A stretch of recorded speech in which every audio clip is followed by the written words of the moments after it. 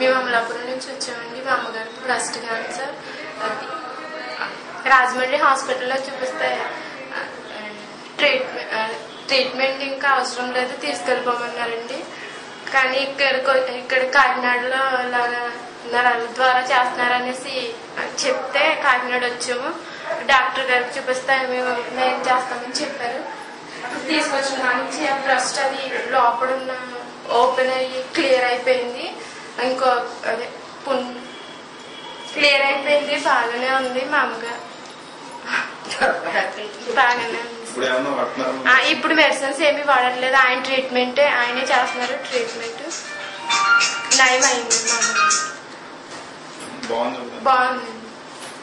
First లో ఇప్పటికి అంటే హెయిర్ అది ఊడిపోయింది, మొత్తం హెయిర్ వచ్చింది.